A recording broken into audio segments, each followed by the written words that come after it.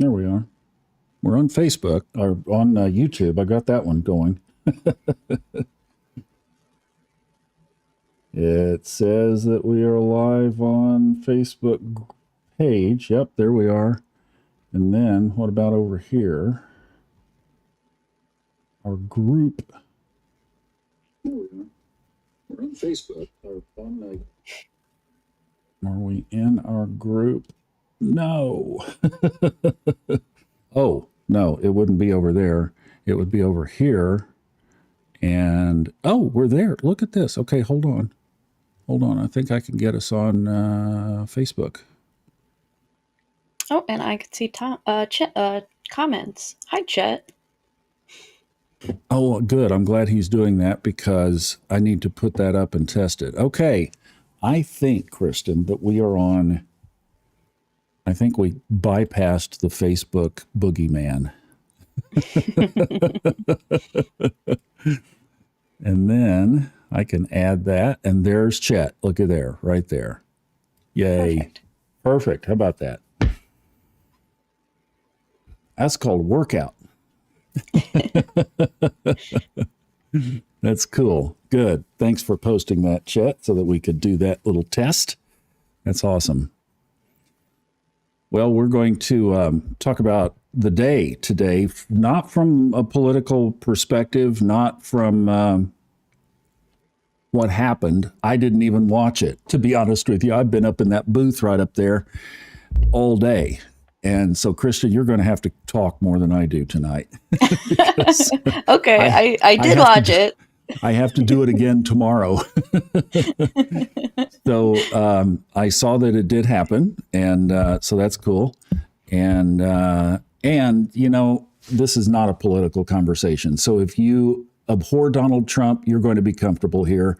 And if you love Donald Trump, you're going to be comfortable here. So we're going to be in the middle. We're talking about astrology and how it affects our world and how it might affect our lives, because this is one that I think where, you know, it does. I mean, the astrology can definitely affect our lives. There's Cheryl. How about that? We're rocking and rolling here. This is good. Glad you guys are here. Hello, Cheryl. Instead of level up, Cheryl, we're going to do more of these kinds of things and little pop-ups. So this will be good. And having Kristen on, and we'll have others. I pitched this out, but it was too late for people to plan. So we just went with what we have. But yeah, I mean, we're going to look at charts. And in fact, let me get over to the first slide that we were going to look at, which is the one that we talked about on the podcast today. And that's the inauguration chart itself, the 12 o'clock chart.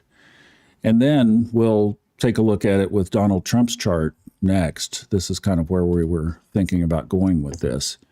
And if you guys have questions, definitely stick them in there. We'd love to. Oh, there's Caroline. Hi. Good to see you. On the other side of town over there she is. 4 hours away this time of day. But good to have you in here. It's easy to join on a webinar, isn't it? So, you know, as I was looking at today's chart, what stood out to me was just you have two very prominent energies. And I mean, forget about the event of the day. This is just what's in the sky, right? And then, as we showed in the video today, you have this big mystic rectangle. And then there's a kite, which is a really positive astrological formation. And there are almost two of them. Well, so yeah, see, like, here's the Grand Trine, right? Well, wait a minute. Hold on. Help me, Kristen. I think the orbs on the computer that I did this, I hadn't set as wide as the one that I normally use. But anyway, we're looking at this. There's one. You can kind of start to see it. You see how difficult this has been with all of this. And what's amazing is yesterday it wasn't that cluttered. And tomorrow it's not that cluttered. Poof. And then by Thursday, when Kristen's going to be on the podcast, it clears out a lot. In fact, you've got a good day on Thursday. I do, yeah. It is a lucky day on Thursday, so spoiler alert. And then here's the other one. And it almost was, you got to get Mercury in there. It was almost there. But that's, I'm Mhm. going to clean that up. But you can see that those are very positive aspects. And then here's the challenging one is this square. And then with that, you're always going to have two oppositions. And then the other big square is between Jupiter and Saturn. All right. Yeah. So that's all the quagmire stuff. I mean, now you can kind of see it, you can look into that, and you can kind of start to pick it apart. But oh, wow. Okay. Cheryl watched it today, so that's great. Maybe you can help opine on this with us some, Cheryl. And Kristen watched it too. I was busy. I was working. This old man here has been going, well, sleep was weird last night. It started at 7:30 last night, p.m. I was out. I just conked out. And then, of course, I was awake at 11:30. Went back to sleep about 2, got up at 6. Been going since 6. So it's Oh, like, so you've just had naps. just, yeah, oh, yeah. No, yeah. Haven't stopped. So anyway, Nancy, good to see you down in Florida. Hope things are well down there. Thanks for joining us. Really appreciate it. Good to see you guys. I had to cut back on Level Up just to get some time. You know, it's like just to catch some time. So Kristen and I were talking about this. You know, you've got this. Here's some really interesting contrasting energy because you have two things today that are relevant to this event in Capricorn. The old, right? Mm-hmm. And then you have just across from that, the whole revolutionary piece, which to me looks favorable. It's in a good house. Pluto can go both ways, right? And you have the part of fortune sitting right on Pluto.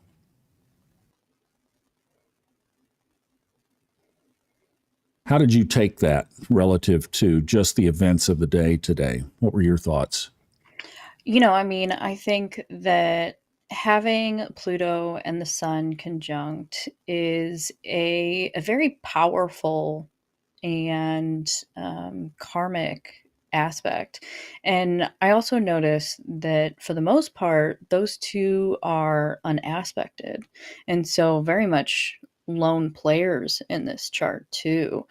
And I think that with the powerful people that Donald Trump has been surrounding himself with, it very much speaks to that aspect too, with the endorsement from Elon Musk. And, I know that there's been a lot of work with Mark Zuckerberg and, the powerful players that he's pulling into this. It speaks to that conjunction quite a bit. No, I that's a mean, good I point. think that you can also kind of tie that into the Saturn and Venus conjunction a little bit as well.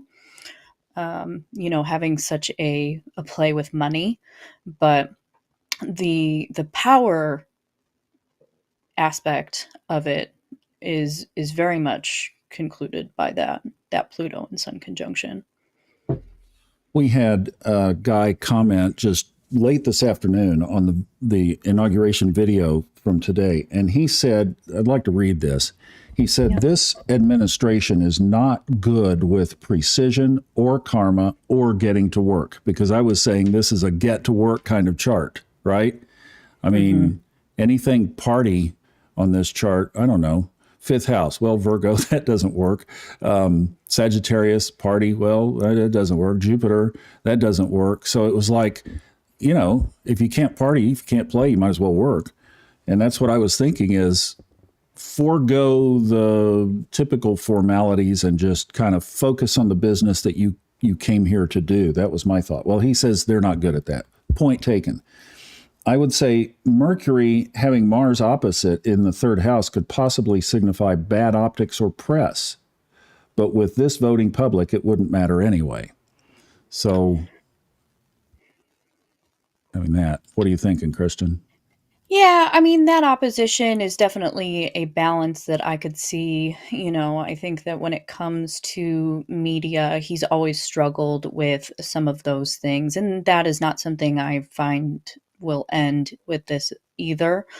But I mean, when it comes to the fifth house, that is also the stock market. And I think having the South Node there and being represented by that opposition during this could be a good call for balance. He's very motivated to make money a big topic for the US, which, with having a Taurus rising chart, I mean, it's a big indicator of that as well.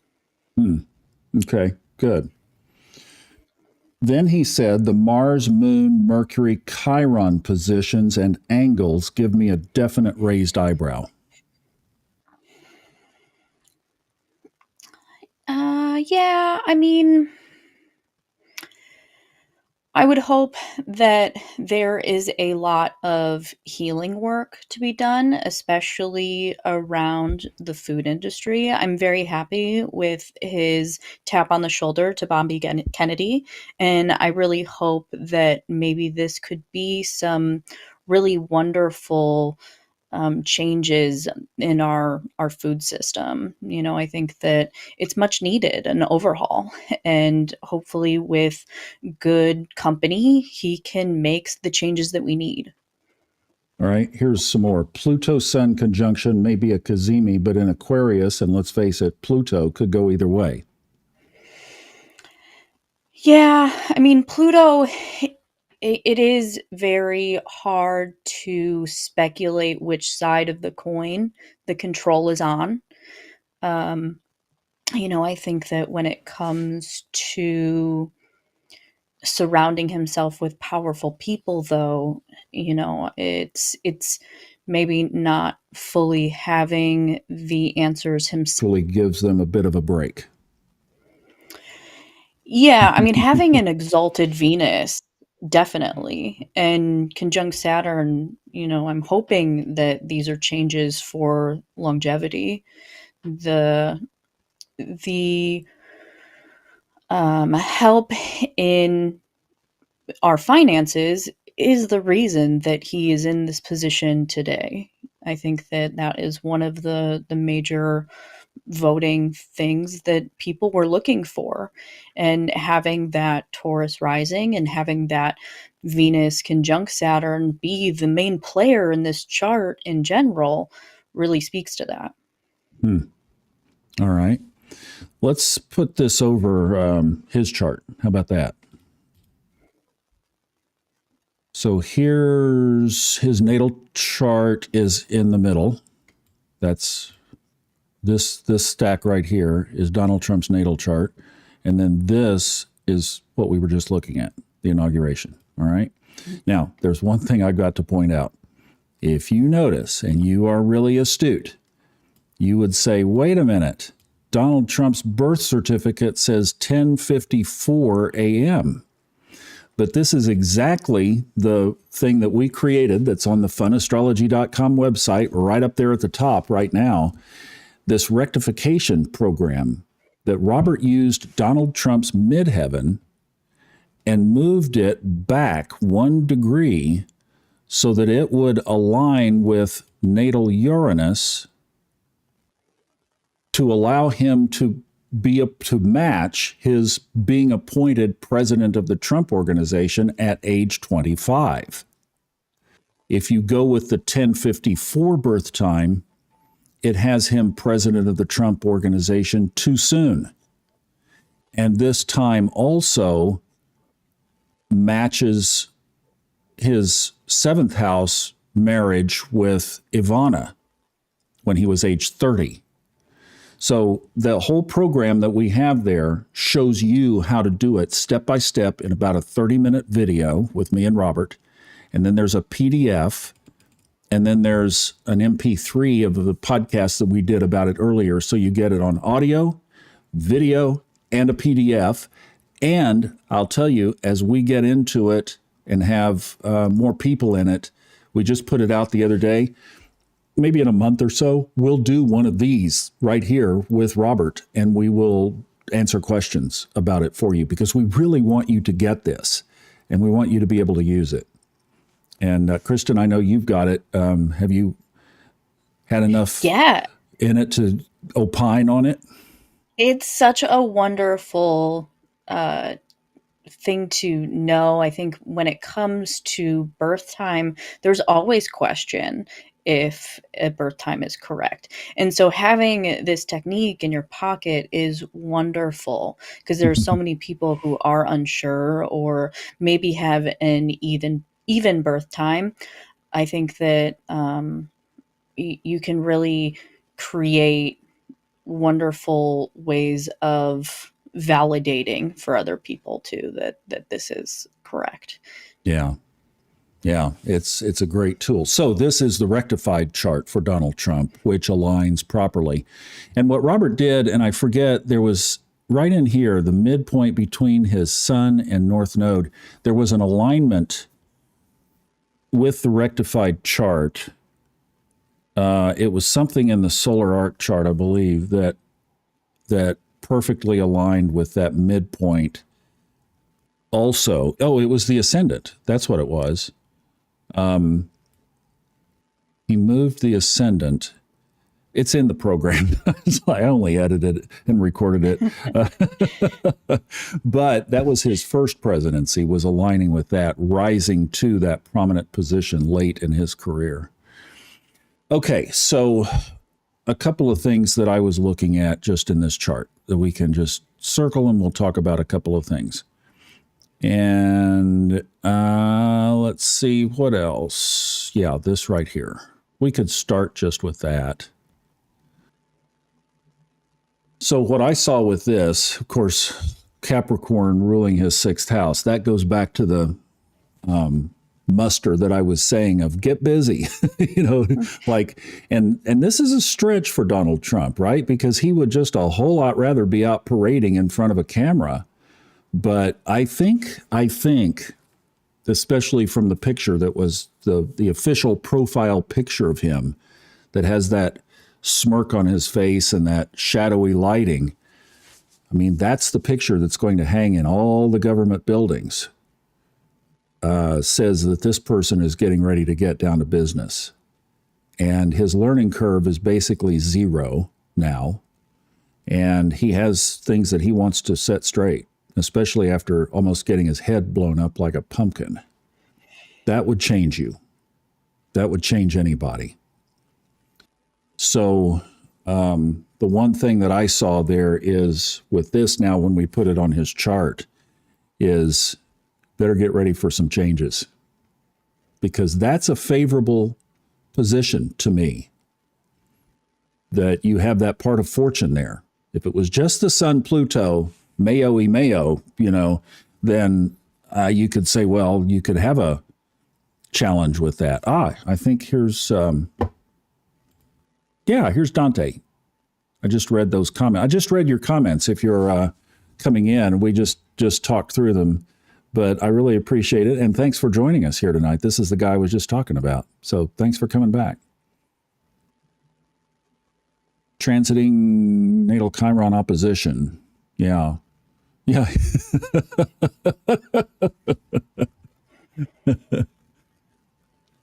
There is a spiritual art to experiencing something and saying, that's going to be one and done for me in this lifetime. Yeah, once in a lifetime transit for sure. I got it. You don't have to tell me twice, So, but I do. I think that's favorable. What do you think on that, Kristen? I agree. It's favorable, and to have it placed in the sixth house and be again an advocate for some of the changes in health and people's day to day with the part of fortune there, I think could really benefit. Gosh, that's a good point. That maybe the health changes might be signature. I think so. I think that when it comes to the healthcare system, it is hand in hand with our food system. I think that those will be two that, with the overhaul of one, will be an overhaul of the other. And you, the rest of you who are on, feel free to jump in here on this too. I just appreciate Dante coming back. That's really cool.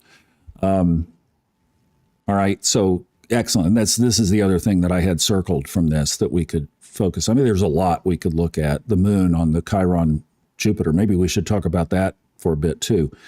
But this retrograde Mars, which we know it has been a little son of a gun, keeping this clean so we don't have to put the big explicit up there. It's been a son of a gun, a booger,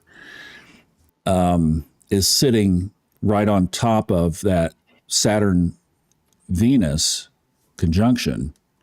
In fact, it's at a midpoint, isn't it? Yeah, it's at a midpoint between them.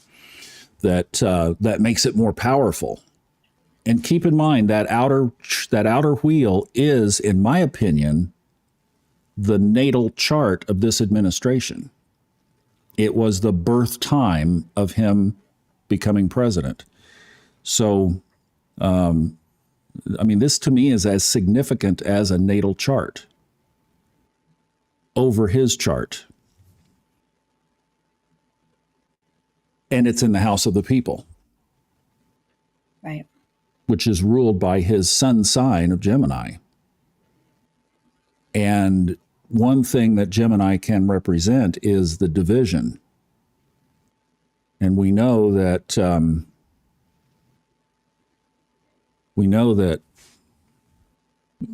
we had one comment in our, I forget, it was a Facebook group, I think, Kristen, where somebody said, I am not attending anything inauguration today. I'm going to a museum. Well, good for you. I hope you had a great day. I don't fully blame them. I do too, yeah. I mean, so pull that down and we'll catch up with the next one. But, it is. I mean, we are divided. And a lot of people, I was thinking too of the contrast, because astrology is just full of contrasts, right?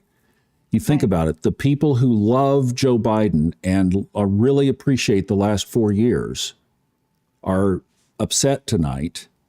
Mm-hmm. And the people who didn't like the Biden administration and wanted change and thought we could do better are happy tonight. It's like nobody's in the middle, right?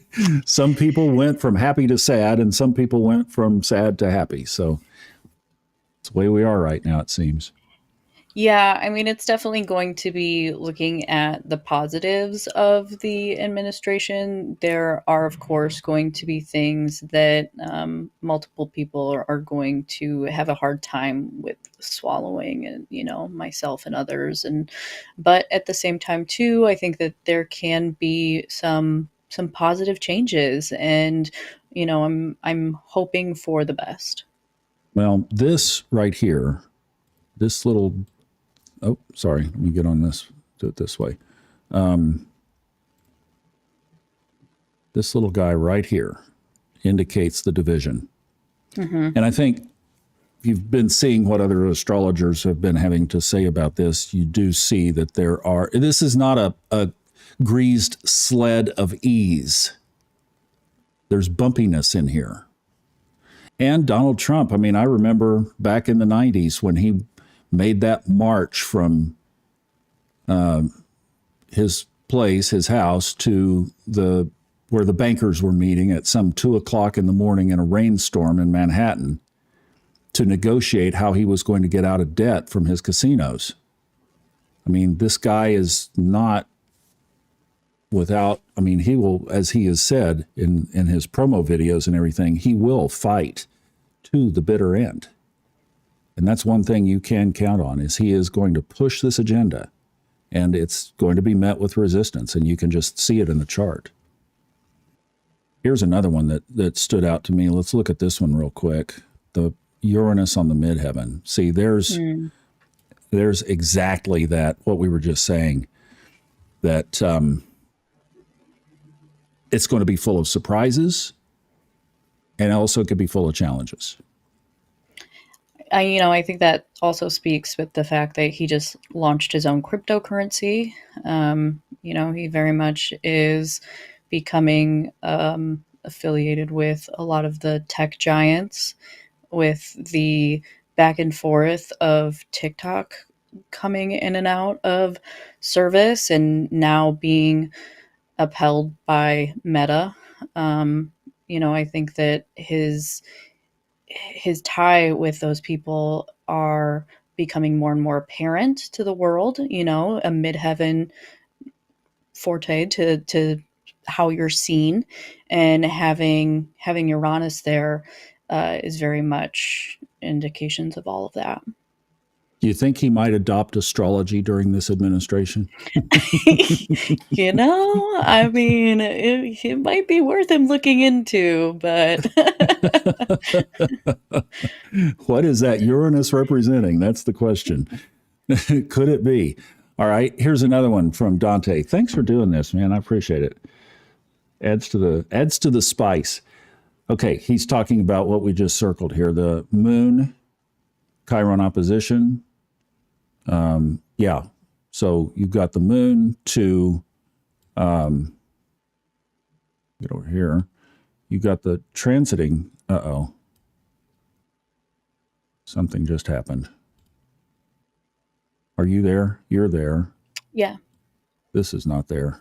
Oh, goodness. Oh, I've got the circle of death. Oh, no. Ecamm locked up. Oh, my.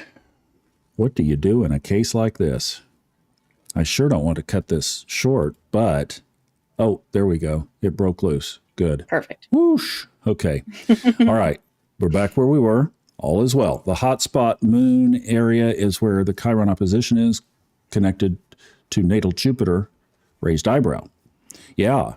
So let's focus on something here. Let me get set back up from what we just experienced, and I'm going to get rid of all of that, and let's just get on one thing here because we're getting too busy.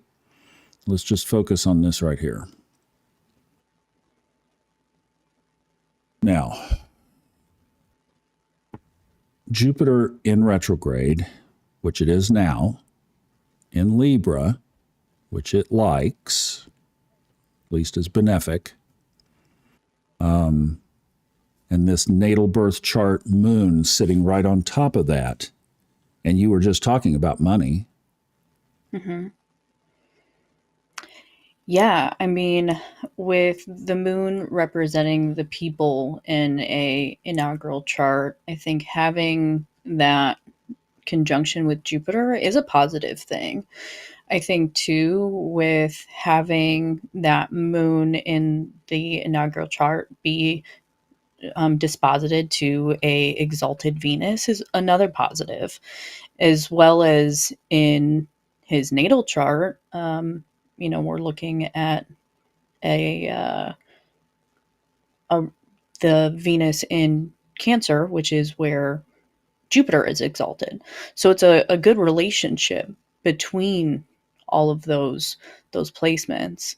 And I think that having Chiron there and having Chiron be the wounded healer, and let's be honest, he's had plenty of wounds. This is hopefully a chance to create positive changes from those.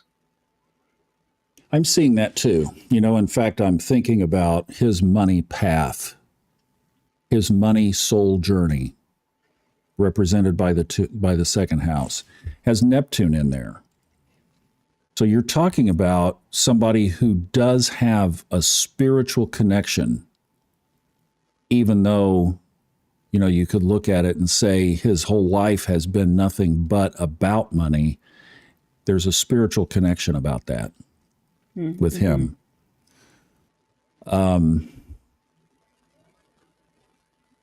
And with Virgo, it was surprised because he really took a lot of hits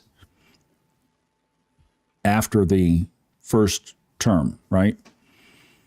And yet the man's business is still going after it was basically kicked out of New York.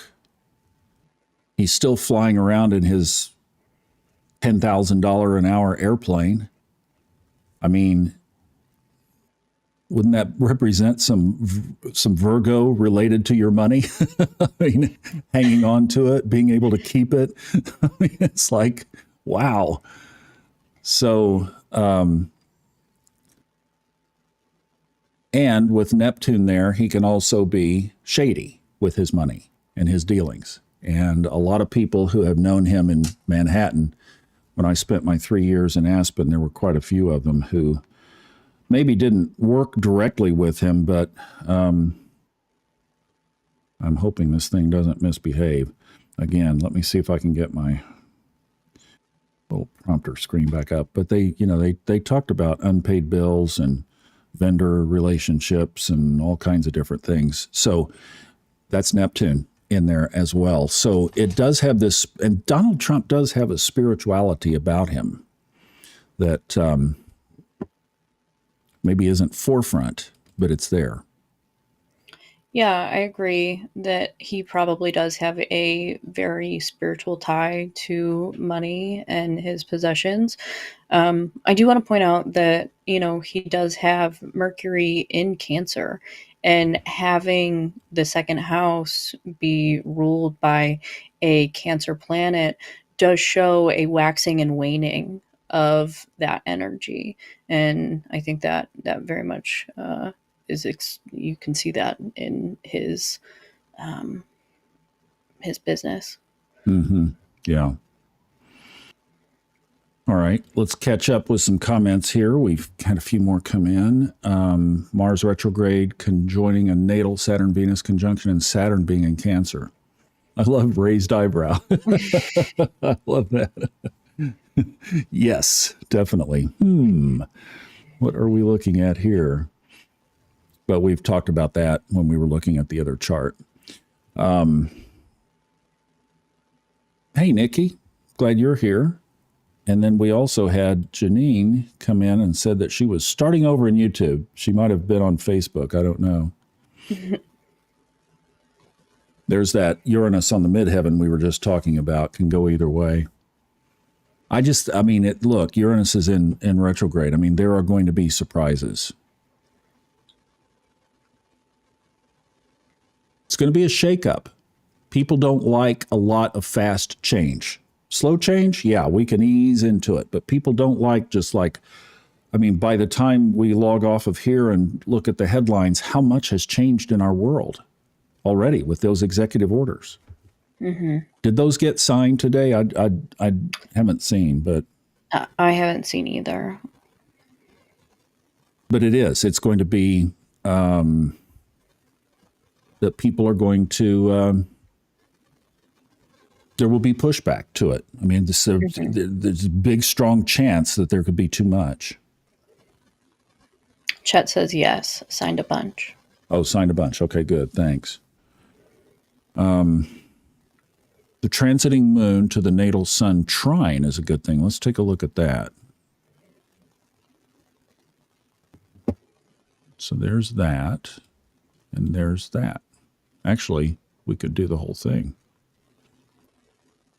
That's a positive trine, 120 degree, same air sign. And that's the 10th house. Yeah, That's a very positive thing for him. For this administration, remember, we're looking at this being the foundation, the natal chart of this administration. That is a very strong positive right there. Definitely a positive. And I love that it's an air sign trine. It is very much informational and ideas, and having that moon in Libra, hopefully fairness. And I think that he did a wonderful ode to Dr. King today on this wonderful Martin Luther King Day. And I think that if he truly acts on what he speaks on some of those things, I think that, there could be some wonderful, wonderful things for the government to push through. I'm sipping some of my chai tea here. And I was narrating today for almost 4 hours, which is really hard on your voice. And I've already got this vocal cord issue. And I was very pleased to learn that Jim Nantz, the uber famous sports broadcaster for CBS Sports, the one thing that he has in the booth with him during the whole game or golf match or basketball or whatever he was calling was some hot tea. And he uses the Yogi throat tea. Oh, I love the Yogi. Yes. Especially the throat. Yeah. So I was like, there you go. Boom. Yes. That stuff, I swear, this stuff keeps me going.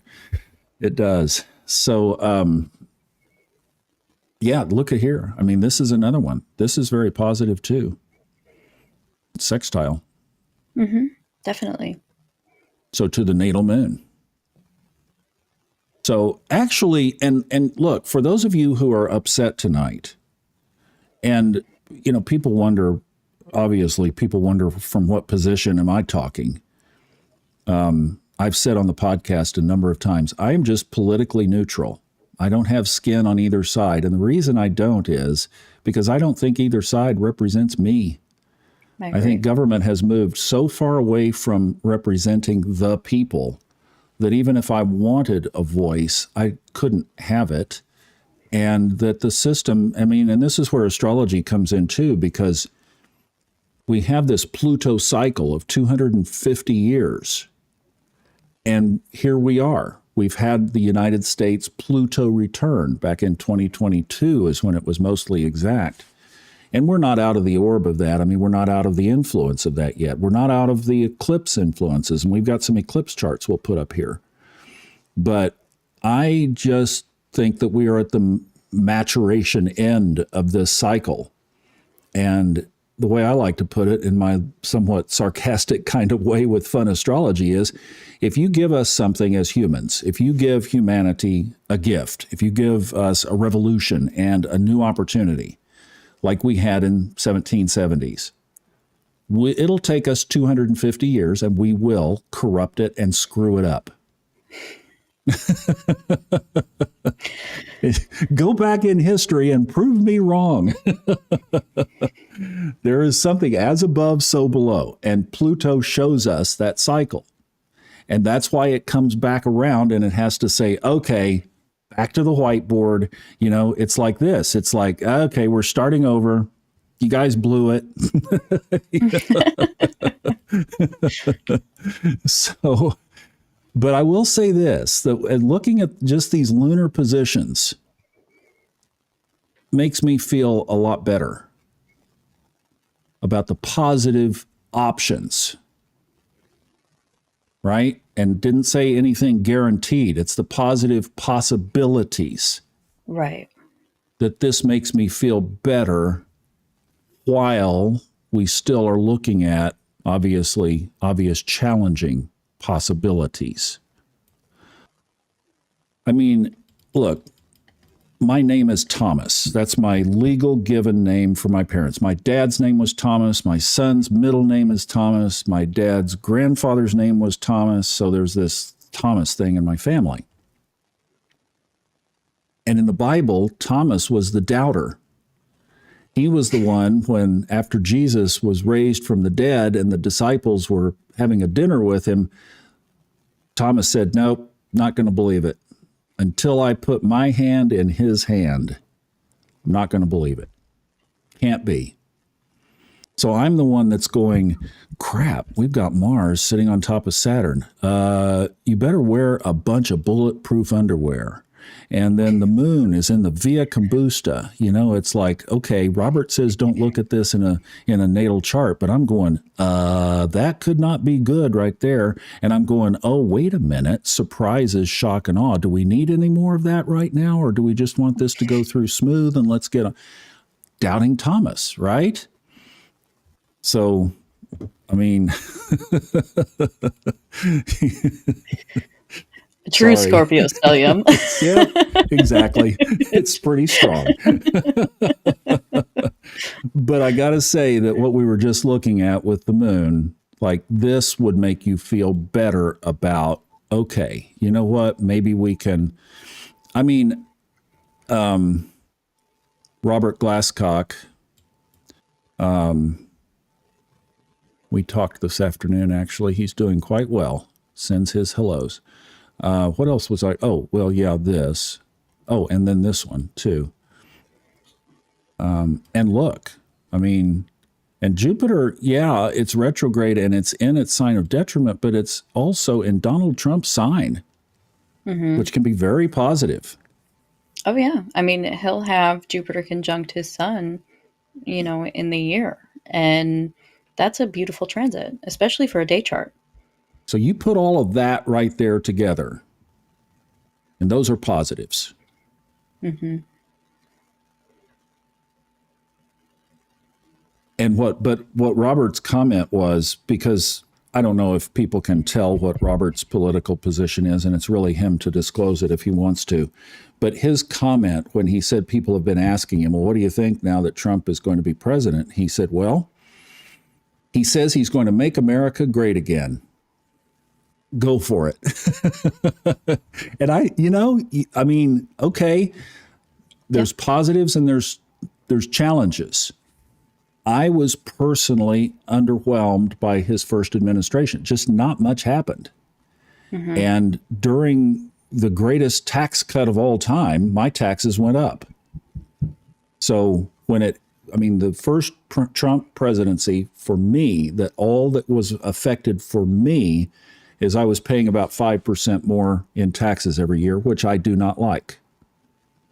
So I didn't listen to the speeches. Don't tell me what you're going to do. Do something, damn it. Show me what you're going to do. Lower my taxes. Bring the price of eggs down. I like to eat eggs. They're $12 a dozen. Bring egg prices down. Yeah. These are the things that where I think most Americans are going to judge the success of this is how it affects us, not all this. Yeah, Pluto is already saying we got to wipe this government, start over. And that's what Pluto returns are about. Let's see what else we have here in the goodie bag. Oh, this is his solar arc. So a lot of you are interested in progressions. Let me do the progress chart first, actually. We'll come back to this. All right. A lot of you are familiar with secondary progressions. Donald Trump what's his age right now? I should know. 74? Yeah, I don't know. No, he's 78. He's 78. Yeah, because he'll be 82 when he gets out, right? Let me just check it real quick. Age, he's 78. Yeah, 78 as of last June. So he's 78 and a half. So what this is, this chart on the outside, his secondary progressed chart, is if you went to his natal chart of June 14th, 1946, and added about 78 days to the calendar going forward, that's what this outer chart is. It's this chart in the sky, the transit chart, 78 days after his birthday. So with that, that things like Pluto, even in 78 years, which is a long lifetime, doesn't move but a tick in 78 days. Saturn doesn't move a lot. Uranus doesn't move a lot. So the outer planets, the slow-moving outer planets, don't move that much. But the faster planets do, and the moon particularly. And Stephen Forrest says, if you want to know where your heart is right now, look at the progressed moon. Yeah. And that will tell you. I can't wholeheartedly agree more. The secondary progressed moon is a wonderful technique. So if you just looked at a secondary progressed chart and almost just forgot the rest, now the sun, you'll see in a minute, is in the same position as the solar arc sun. It moves 1 degree per year, the sun. So it will be in the same position. But everything else is based on its own relative movement in the sky. So, and at about age 26 is when the moon returns back to its original position. So when Donald Trump had just taken over his dad's company, See, that would have happened right with the moon moving in toward that original position. So 2652, he's on his third lap around. And I don't know, we'd have to spin it, but probably, yeah, by the time he finishes this administration, he'll have another lunar return in the secondary progress chart. Mm-hmm. But that's just kind of the structure of it. But so when we see that his moon, where his emotional heart is right now, his spiritual heart, in a sense, if we got down in there and found it, but where it is in Scorpio, in the third house, right in the middle of Scorpio. And it's also with that ascendant also in a sign-based conjunction. Let's just call it that they're both in the third house. To me, that's enough to kind of weld those two together. And I'm sorry, I do need to get caught up on your comments. I want to get back to that. We kind of jumped ahead here. But so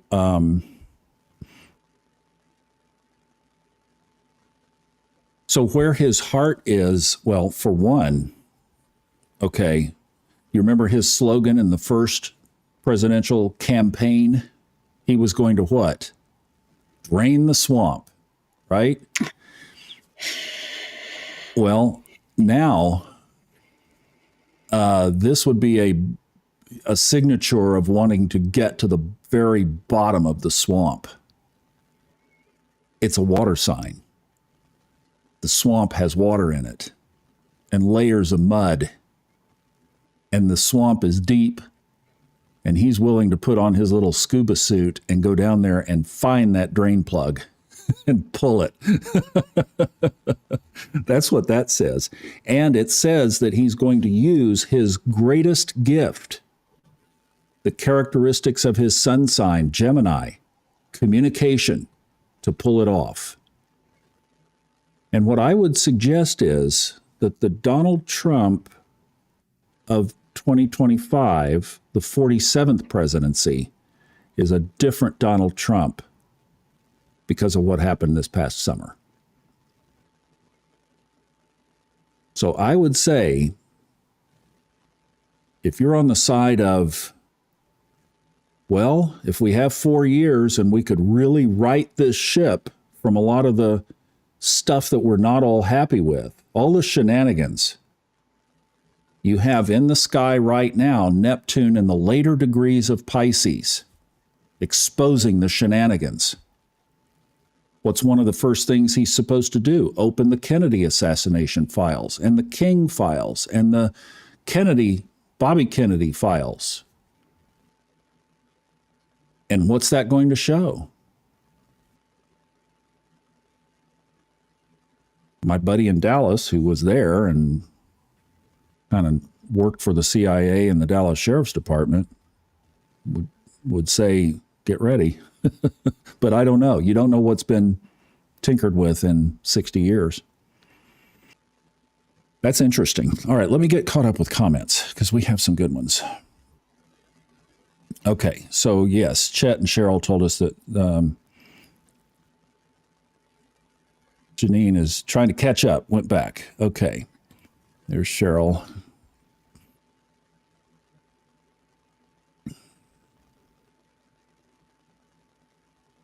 All right, here's another one from Dante. I just love this guy's comments. Let's see. You know what I'm going to do just so we can see that real quick, just for a quick second, is let me...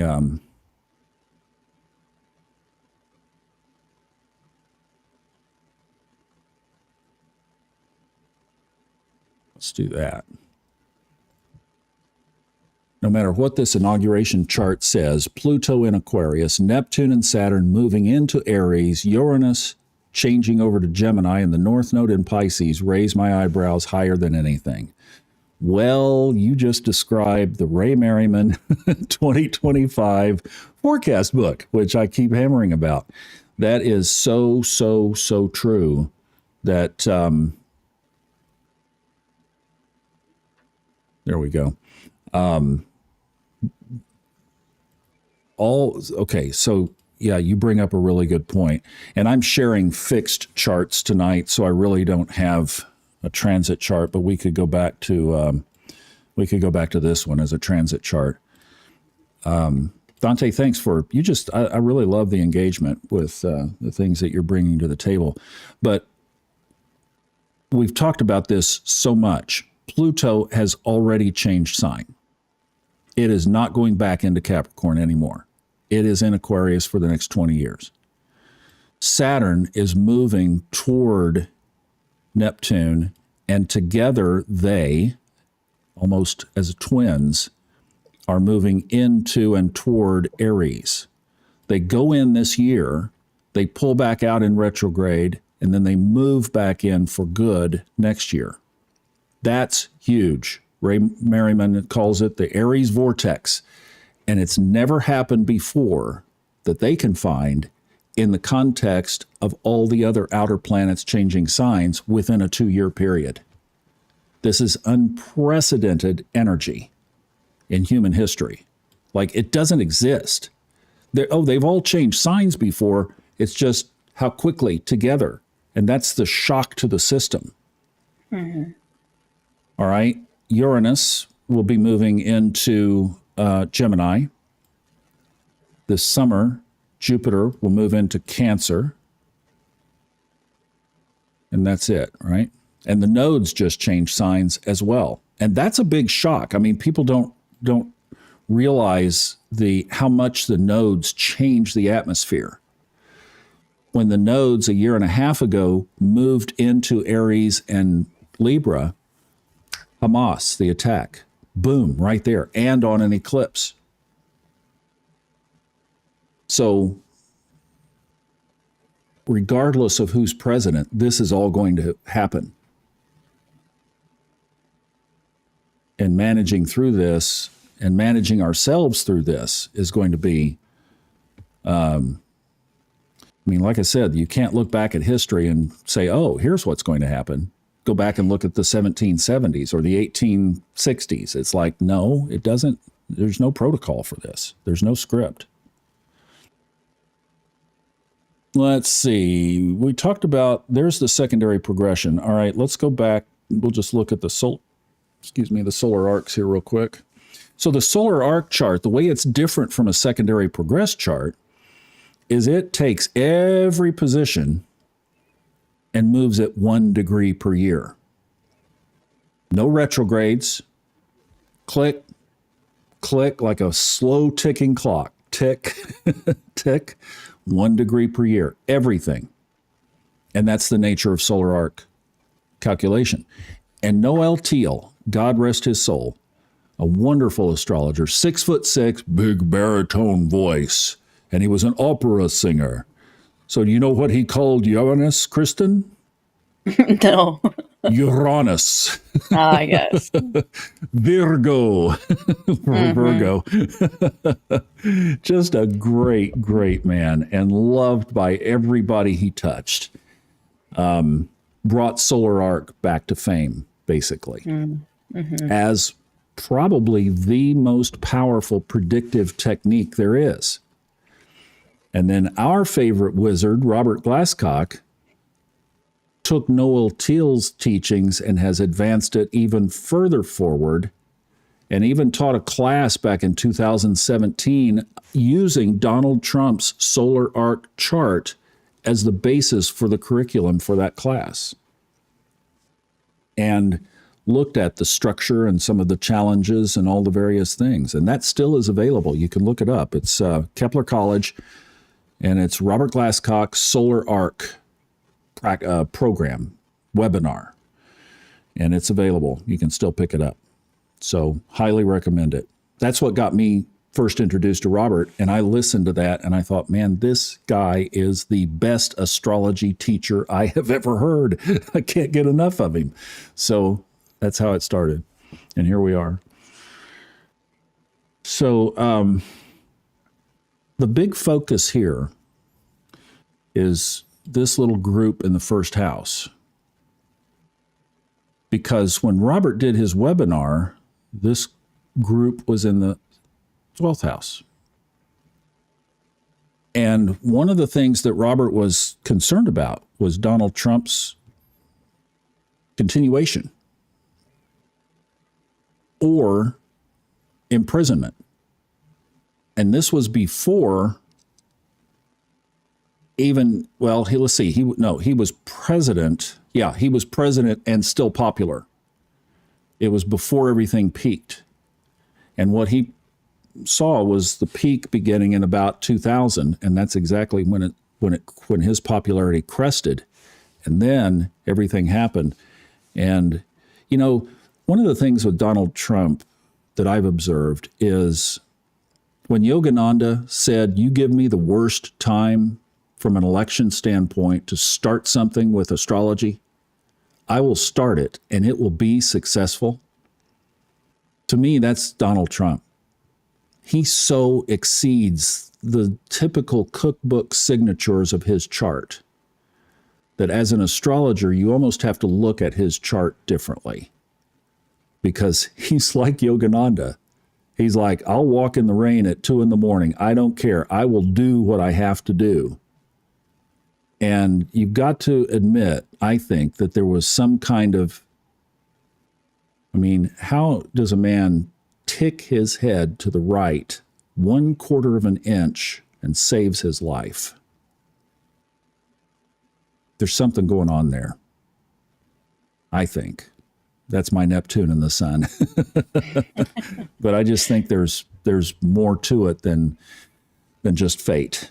I think there's some kind of guidance there because like Robert was seeing that maybe he wouldn't make it to have all of these planets in the first house. But here he is. Here he is. So when all of this was back, like Uranus and Mars, that's part of what he was concerned about. Yeah, having those connections on their way out of that 12th with Mars, I could see where maybe he was thinking that would be a concern. Donald Trump is a eclipse baby, Yes, he I think is. that he very much brings that energy. Yeah. Yeah, that's true. And look here. Here's where I think this thing has turned to a spiritual mission for him with what's happened. And you can't blame him. How would you feel if you were almost had your head blown off with a high-powered rifle? It would change anybody significantly. Right. And I think you'd have to have a really hard, cold heart not to look at the spiritual side of life differently. And there it is. 1 degree per year, once in a lifetime aspects. And when that happened, Neptune was moving right toward his moon. That's incredibly powerful. With solar arc astrology, you're best to look for either exact aspects or conjunctions. Those are the most powerful. Let me just, I'm going to go to the bottom here. Caroline says, "I told someone that Robert reads a chart the same way Mozart reads a piano." I love that. I totally agree. That is great. I love that. Maybe the outer planets all changed at the same time when the dinosaurs died. Ooh, there's an upside down smiley. Ooh. And they're talking about the pole shift and all of that right now.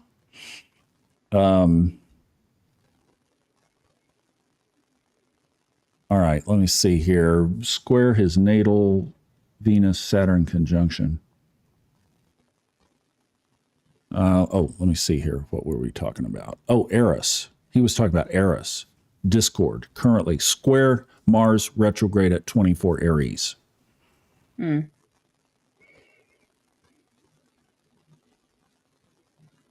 And square his natal Venus-Saturn conjunction. Yeah, so Eris is over here. Let's try to put it. We're using the equal house system tonight, which Robert uses. highly accurate. And so what he's talking about is if that line is Eris, then he's talking about, no, sorry. Whoop, keep going. A little further. Right here, right? Because it's at 24.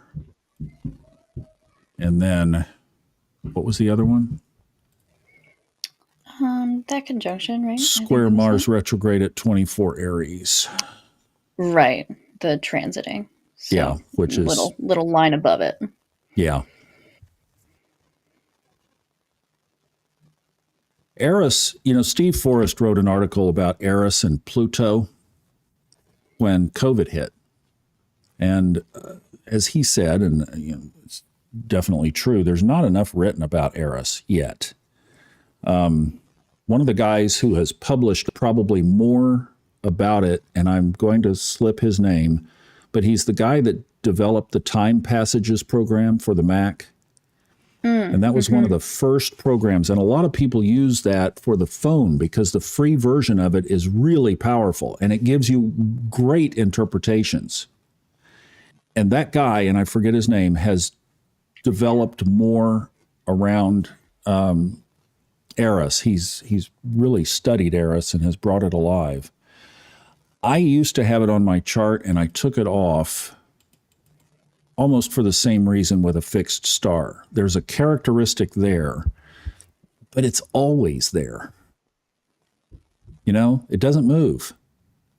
And you could argue, well, yeah, I mean, look, the Trump's secondary progress chart, Pluto doesn't move either. Pluto is just kind of in that position. Well, yeah, that's true. These bake themes into your life. But it's like to say that theme of discord is always there. And I grant it. I mean, you need to look at it, especially relative to the faster moving planets. I get it. But I'm glad he brought it up because I kind of quit looking at it there based on, it's just always there, right? Do you look at fixed stars, Kristen? Not really. And I've actually taken Eris off as well. It is such a slow mover and I do find it interesting, but, I think it's one of those that you can get the same interpretations off of you could take off the outer planets and I feel like still create similar, connections to what's going on. Do any of the rest of you have any questions at this point? I'm going to throw up the 2 eclipse charts just because it's time to start looking at them anyway for our own good, but we'll look at them over Donald Trump's chart. And here's one thing. I mean, look at this. Just look at this structure. So you got a lot of planets in Pisces and Aries. And then here is the solar eclipse a couple of weeks later. And look at this. I mean, wow. Look at that. That's all the energy in the chart. There's not going to be anything to talk about on Fun Astrology, Kristen. Oh no, what are we going to do? Oh no. Well, we did it last year and the year before, so we can do it again. There's always something. There's always, the moon and Jupiter. We'll follow those too. But so just wild energy.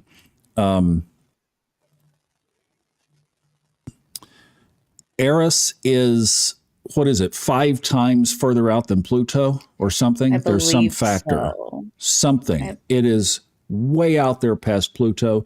It takes hundreds of years to move through a sign. Hundreds of years. So very slow.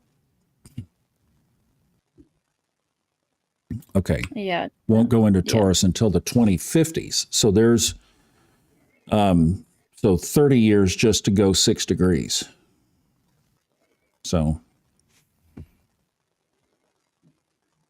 somebody could look that up real quick. Google, that's a Google right there.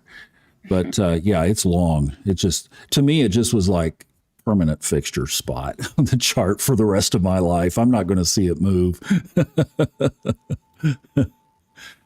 Triggered by Mars retrograde with a square to me is significant. Oh, yeah, it's there.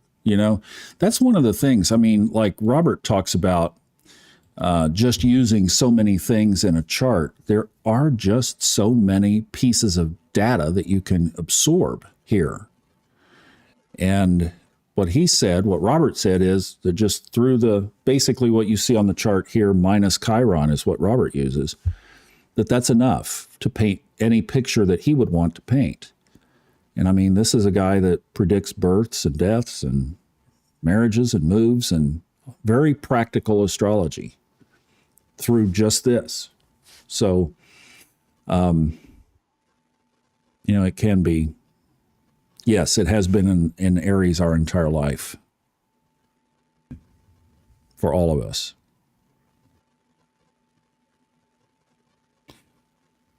All right, so the eclipse, let's see what we've got here. Let's just pick out a couple of things. I put these down and really didn't get a chance to look at them. All right, so here's one that even though Mars has started to move forward, it has not yet even traced back out of Cancer.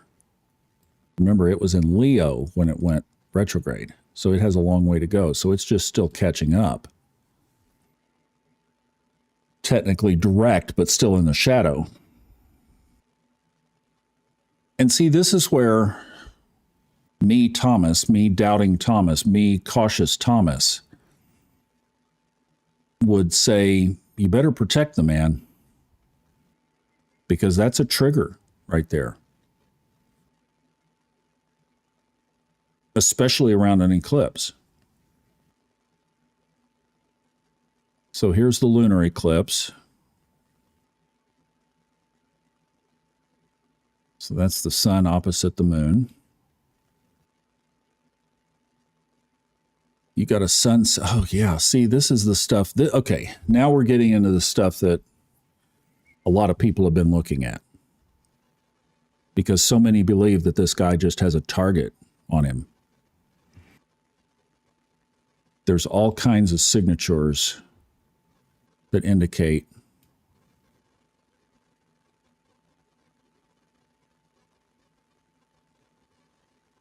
and see, like when you think about, where's Jupiter? Oh, there. Yeah, we caught it. Yeah. Moving toward Uranus, natal Uranus. So,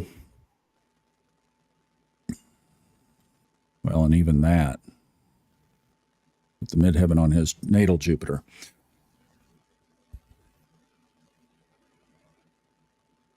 I don't know if there's a parallel or a prototype to this, Kristen, but when somebody comes in with having just narrowly missed the elimination of their life, and they pivot and start to see this as a spiritual, not only opportunity, but mandate, then the question becomes, and every day, every single day, you only have 4 years. See, now the way I would look at it, being a workaholic, I've only got 4 years, and every day makes a difference. What can a man like him accomplish in a day with all of the resources that he has available? Would I play golf one of those days? Me? No. Him? Maybe later this week. Who knows? Come on out here to Palm Springs. The weather's great. Get out of the cold.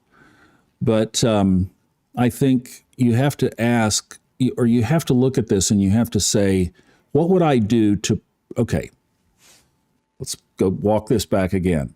You've come within an inch of your life. You feel that this is a mission. You had a definite majority election in a culture where things have been 50-50. So you feel you have a mandate. You have 4 years, starting as noon today. This is day one. Mark them off the wall every day, right? There are only so many, 365 times 4. And you've got a target on you. To what extent would you go to protect yourself in order to fulfill your mission. Does that make sense? And when you look at this and you realize the power of an eclipse, now all of a sudden things have changed.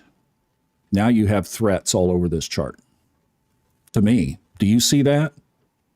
Yeah, I mean, with Mars being moon ruled and this being an eclipse, I definitely would up my security for this time if I was in his shoes looking at this.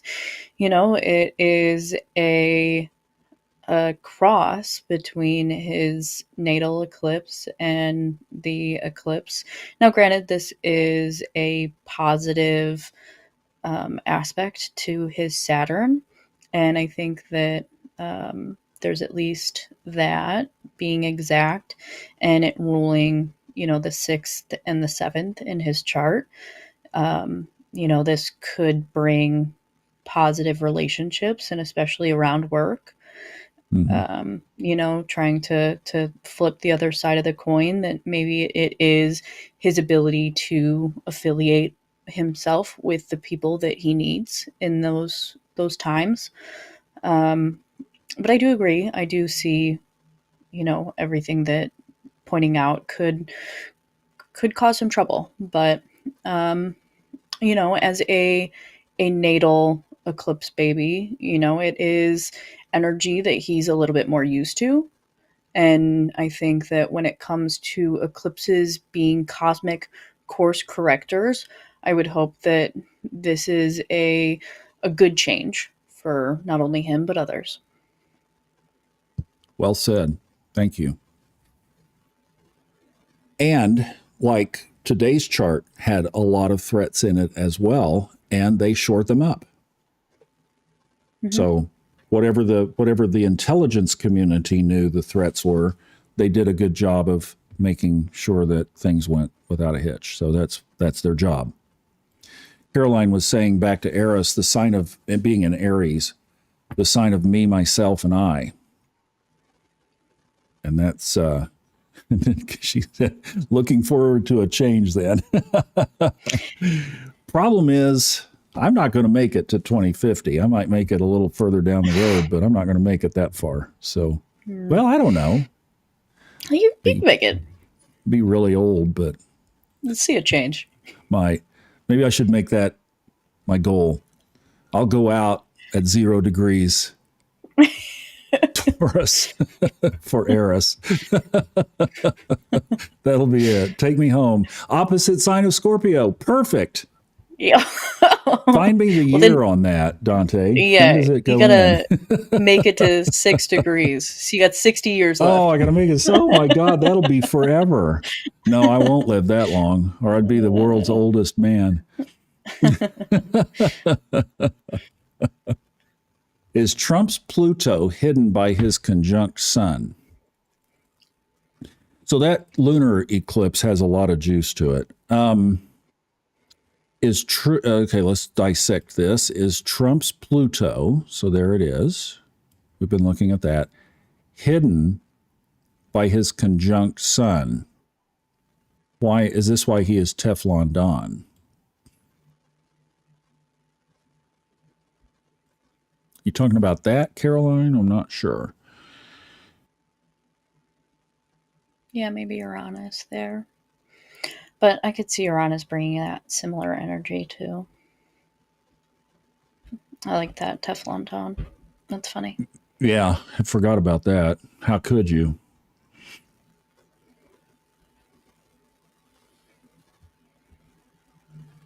I think the Teflon Don to me somewhat transcends astrology. I mean, there were a lot of people born right around this time. This was the post-war baby boom thing. But I think for him, there's a lot of DNA. His father was a very tenacious man, as you know, builder. And so there was some, I think, genetic, and then just some of the way that his personality came out, that he just came out that this man was going to win at all costs in any game. And as they said, he went from Wharton to wealth. And he did that. Yes, he was given a silver spoon. There's no question. He was given a lot, but he did a lot with it in those early years to launch who we know now as Teflon Don. Was just that he wasn't going to, like we've seen, he just gets shot at. You've got about 3 or 4 minutes to realize you could have just had your head literally blown off. And he gets up and what does he say? Fight, fight, fight. Mm-hmm. That's more, when I think of Trump, I'm like, wait a minute, what's missing up here in Aries? It's like it's empty. There's no planets anywhere over here. Oh, part of fortune. Okay, great. Thanks. In Aquarius, but yeah, I mean, it is. That Mars on the ascendant. Yeah, Mars on the ascendant would not hurt at all. Mm-mm. Not hurt at all.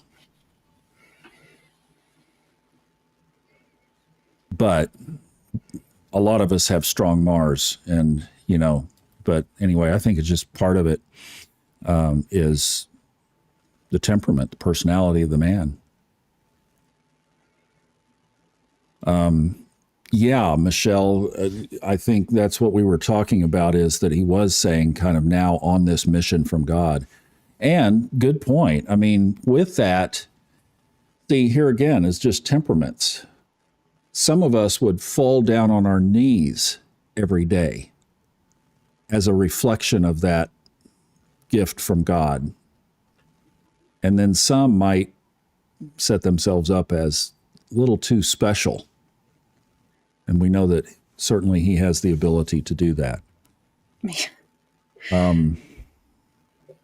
I saw, this is where energy comes into this. We talk about astrology a lot, but energy comes into this as well. And I'm in a situation out here now with this lady that I came out here to help. She was 90 when I came, she was 89 when I came. She turned 90. And then she just passed away not this weekend, a weekend ago. And her son, who has been a problem all the way through for her, is now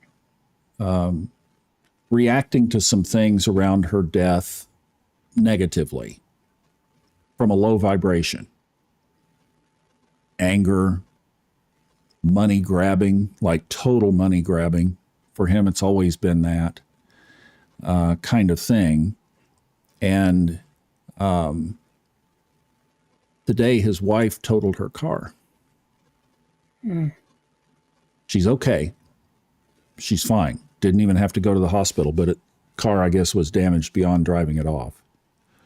And I thought, wow, if he were standing in love and cooperation and a spirit of honoring his mother and sharing, he'd have a whole different energy around his home.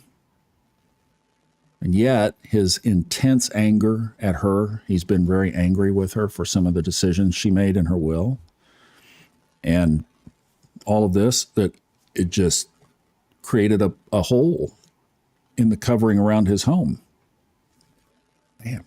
I mean, I see that all the time. And that's not so reflected in a chart. That's who we are as a person. And we realize that in a situation like this, if we were given this kind of an opportunity, being humble before highest source every day with a how may I serve? What can I do? How can I do my best? How can I serve this country? And not how can I serve myself? Then the legacy would work out and the programs would have a lot better chance of success.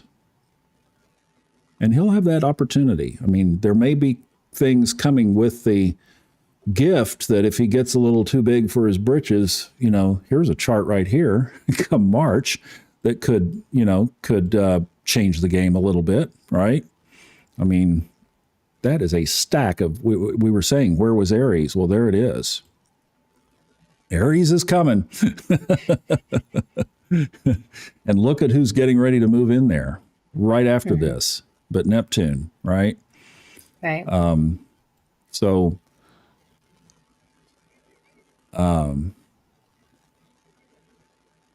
what's this going to hit? What is 9 degrees going to hit in his chart? Oh, it's going to hit Pluto. It's going to hit Mercury. Yep, square to Mercury, so it'll create that T-square with Mercury at the apex between Neptune at the opposition. Yep.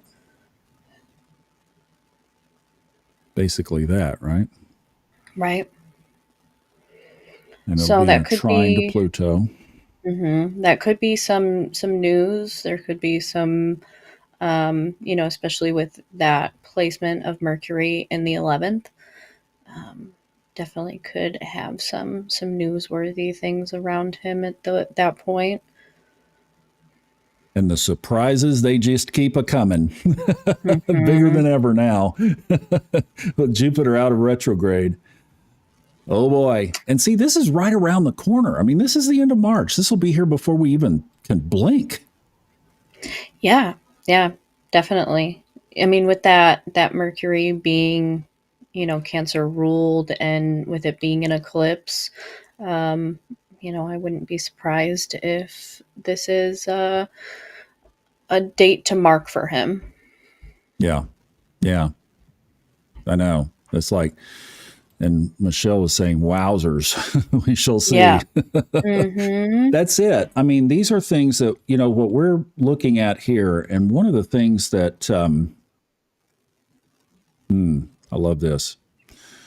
Life's most persistent and urgent question is, what are you doing for others? Love that. Thanks, Yes. Caroline. That's great. Oh, isn't that the truth?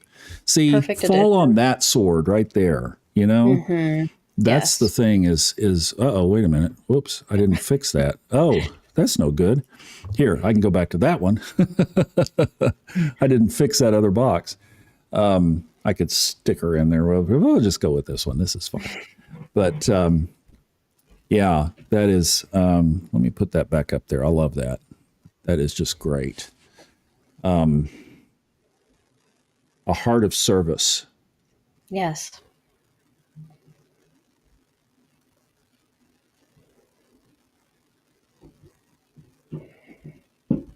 And I'm just thinking from a spiritual perspective for us. Politics can be emotional. People get invested in it for some reason. I don't understand why we applaud corrupt people. I just don't. But we do, and it's emotional, and people own it. It's a sensitive subject. But one of the things maybe we could do is when we see things, particularly when they may not be going the way that we would prefer them, for whatever reason, on whatever topic, is just pray for this right here, that this whole thing will pivot to not what's good for one's self or one's party's interest or one's business, but that it will be truly for the collective good of this country that can shine as such a bright light to the world. And that maybe that light will return and that we could have that kind of influence instead of kind of down the Pluto return, time's up, start over kind of thing. We still have some shining left in us. So the thing would be to pray and call that in our own life. And to realize that we, you and I, as creators, are not subject to the whims of a government.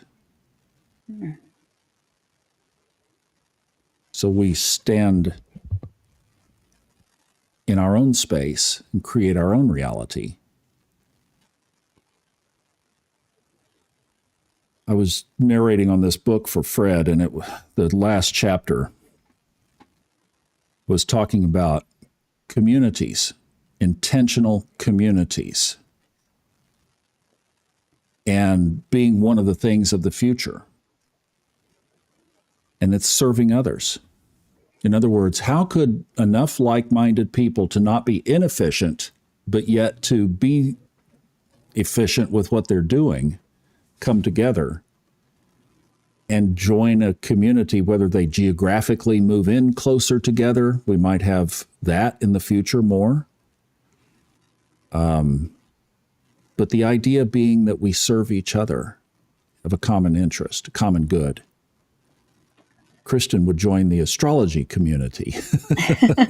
In a heartbeat.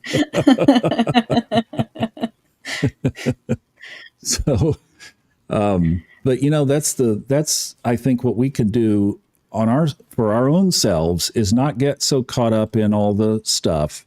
Yes, it's always there. It's going to be there every day, these 4 years, and there's probably going to be a lot of rattling of the news cycle. So there's always going to be something to worry about or celebrate or not celebrate or fear or whatever.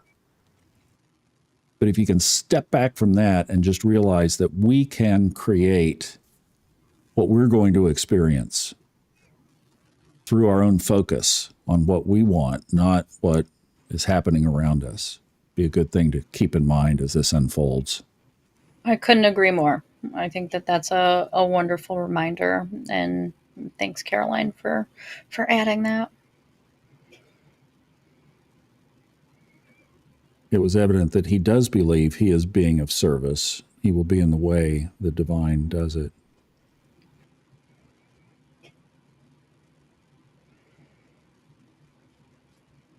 Yeah. And so it is, right? Yeah. And so it is. Well said, Cheryl. You know? So that's what we can hope for. May that North Node conjunct his sun take over. Yeah, there you go. Exactly. Yes, that compass direction ho, right? Let's go. Yeah. Well, Kristen, thank you very much for pulling this together as well and joining me on this. This was fun. We said we were going to do this, and here we are. Yeah, no, thank you for the invite. It was wonderful to just go over some of the charts tonight. Well, I hope this has been helpful, and thank you for your comments. Excellent as always. And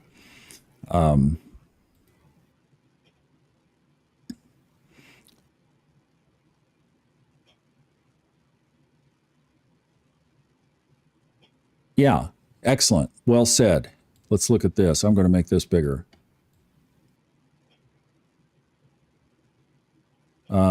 Just to realize that we can move in a positive direction if we all pull together positively. That's the whole summation of this. Mm-hmm. There are energies going in both directions from the chart's perspective. Donald Trump seems to have a way to Yogananda his chart sometimes, and get past it. And whatever's going to happen there is going to happen there. And we cannot certainly control or influence him, but we can influence how we are going to respond and what we are going to stand for as we watch this. The one thing that we do have is that this was a day of change. No doubt about that. So how we change into this through looking at the astrology and realizing that there are some good areas to this, that's where we stand. Exactly. Well, you are welcome, Cheryl, and thank you for sticking through on it. We appreciate it. Michelle, thanks for your comments. Yeah, then we can get through in the way that it is good for all. And we could say, for as broad as we can, if we can, here's the deal with this whole thing. If the consciousness bar could rise, it doesn't matter the rest. Because that rising tide will float all boats, everybody, including the person you dislike the most in Congress, the person you dislike the most in Washington. It doesn't matter. It would rise all boats. So that's the thing. Pray for that consciousness shift. And That's how we get through. That's what's worth fighting for right there. And that's what we'll be doing, and that's what we'll be focusing on. Boom, right, Janine? Boom, there it is. All right. Yeah, Canada needs it too. Actually, where in the world doesn't need it right now like that? Right. See, and this is like, okay, if this is a worldwide sweep of change to this new era that people like Dolores Cannon could see into, then that's so exciting. And as we see the changes of things coming down that don't support that and that are standing in the way of that, well, tear it down. If that's the goal on the other side, tear it down. Can we do it faster? It's like we're going to have an Aries vortex sextile Pluto. Gee, funny how the sky reflected that, isn't it? The ultimate, as above, so below.